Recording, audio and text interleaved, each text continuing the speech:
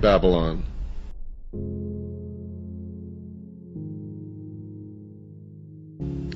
Now this is the 16th hour of our series on Mystery Babylon.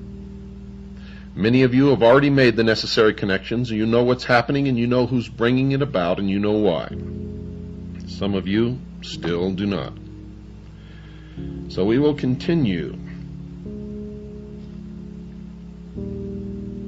Manly P. Hall wrote this, quote, "The serpent kings," and notice that Mr. Hall capitalized the two words as one would do for a deity or for royalty when he wrote this, "reigned over the earth." The serpent kings reigned over the earth. It was these serpent kings who founded the mystery schools, which later appeared as the Egyptian and Brahmin mysteries. The serpent was their symbol. They were the true sons of light, and from them have descended a long line of adepts and initiates duly tried and proven according to the law, unquote. And the proper term is not Freemason, it's Freemason. It comes from the French, from the Knights Templar, and it literally means the sons of light. Another writer, Wilfred Gregson, informed his readers why Mr. Hall capitalized the two words serpent kings when he wrote, quote, "One symbol of great prominence throughout all ancient civilizations is the snake, or serpent, where it has symbolized divine wisdom," unquote. So Mr. Hall had reason to capitalize the words because he had discovered that the serpent represented divinity. Notice also, folks, that Mr. Gregson, even though he chose not to capitalize the word serpent, confirmed that Mr. Hall's use of the capital letter was correct when he stated that there was a connection between divine wisdom and the serpent. Mr. Hall, a 33rd degree Mason, made the same connection in these comments. Quote, "The serpent is true to the principles of wisdom, for it tempts man to the knowledge of himself," unquote. A serpent is often used by the ancients to symbolize wisdom. The symbol of the serpent has another concealed truth, according to Kenneth Mackenzie, for he identified that truth in this quote when he described a brazen serpent. Quote, "It was a type of mediator and a promise of redemption," unquote.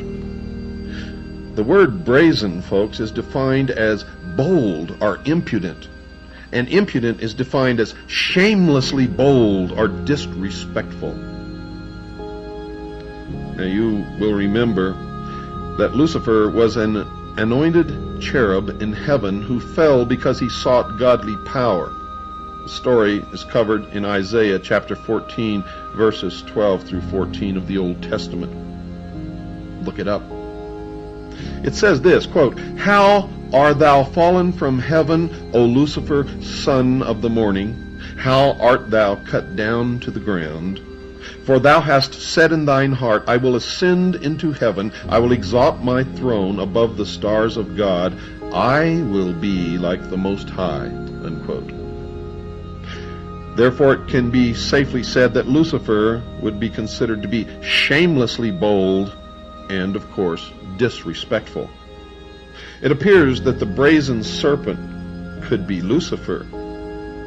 Another author, John Anthony West, wrote a book entitled Serpent in the Sky, in which he also connected the serpent with wisdom, and he wrote this, quote, "The serpent represents intellect, the faculty by which man discriminates. There is a higher and a lower intellect. Thus, symbolically, there is a serpent that crawls, and the higher intellect, that which allows man to know God, the heavenly serpent, the serpent in the sky," unquote. The somewhat veiled worship of this serpent in the sky inside the Masonic lodges was alluded to by another Masonic writer, Kenneth Mackenzie. For in his book entitled The Royal Masonic Cyclopedia, he wrote this, quote, "Among the charges preferred against the Order of Knights Templar, for which Jacques de Molay suffered martyrdom, was that of worshipping an idol or image called Baphomet.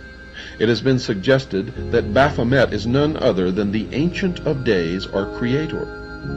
More cannot be said here without improperly revealing what we, meaning the Masons, are bound to heal, conceal, and never reveal." Unquote. So according to this Mason, the snake or serpent is somehow a symbol of the subject of the Masonic worship, and apparently this fact is the secret that the Masons cannot reveal to the rest of the world.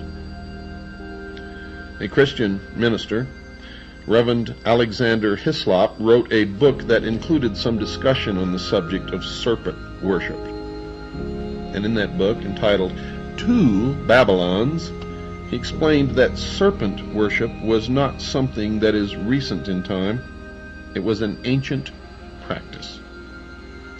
Quote, "Along with the sun, this symbol will be discussed later as the great fire god, and in due time identified with him, was the serpent worshipped. In the mythology of the primitive world, the serpent is universally the symbol of the sun. As the sun was the great enlightener of the physical world, so the serpent was held to have been the great enlightener of the spiritual by giving mankind the knowledge of good and evil." Unquote. And according to the Bible, you know who gave man the knowledge of good and evil? Satan, Lucifer. He then discussed a coin minted in Tyre, the center of the ancient Phoenician culture. This coin was also the subject of an article in the September 1986 issue of the Good News magazine.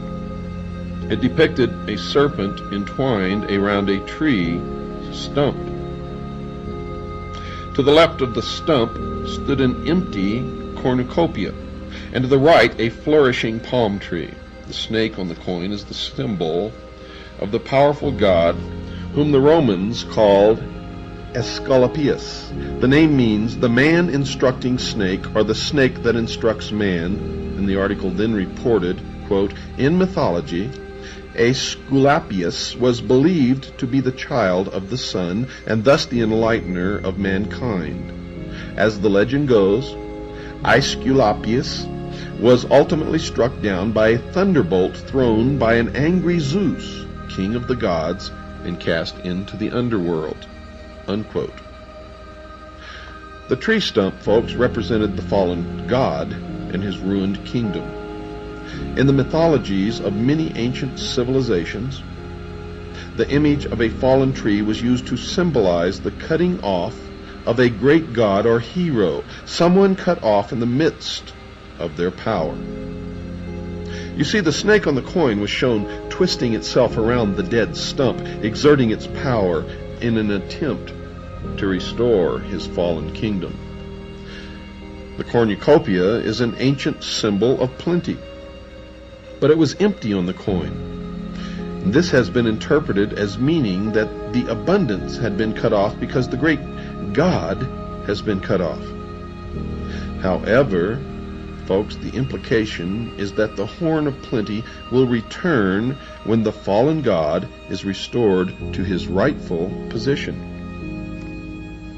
The palm tree shown in the coin is a well-known symbol of victory, so it appears that the coin was minted to depict the anticipated return of the fallen snake god to the world.